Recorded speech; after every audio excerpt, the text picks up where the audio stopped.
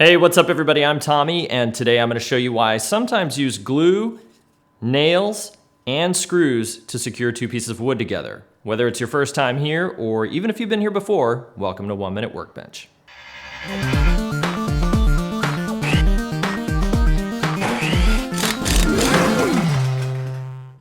So it seems like every few days I get a comment from someone suggesting that using glue, nails, and screws is overkill, and they ask why I do that. In terms of strength, they're right.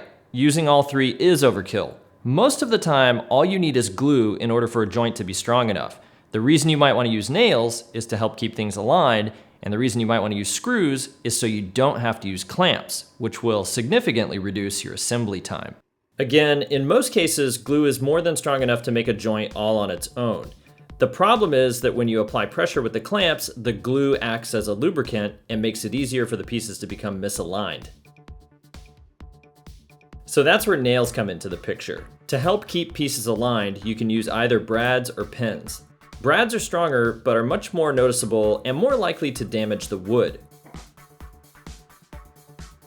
I prefer to use pins because they're almost invisible, but they're not that strong.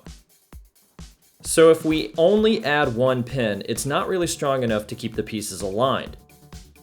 But with every pin we add, it gets stronger and better able to maintain the alignment. So if we go back and realign our pieces and then add a couple pins, the pieces will stay aligned even when we're applying pressure with the clamps.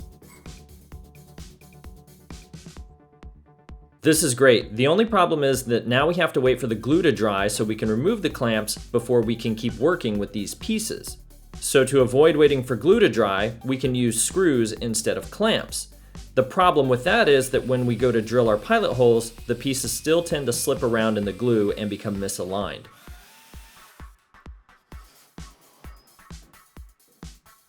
So finally, that brings us to the method of using glue, nails, and screws.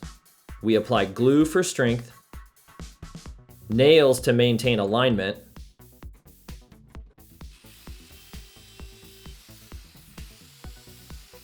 and then screws so we don't have to wait for the glue to dry. This allows us to keep working with our pieces without bulky clamps in the way and keeps our project moving along quickly. Hey, thanks for watching. I really hope you liked this video. If you haven't already, be sure to like and subscribe and make sure you hit the bell icon. That way you get notified every time I put out a new episode. I'd love to hear what you think about using glue, nails, and screws to make a joint in the comment section below. And if you have any quick questions you want answered, hit me up on Instagram, Facebook, or Twitter.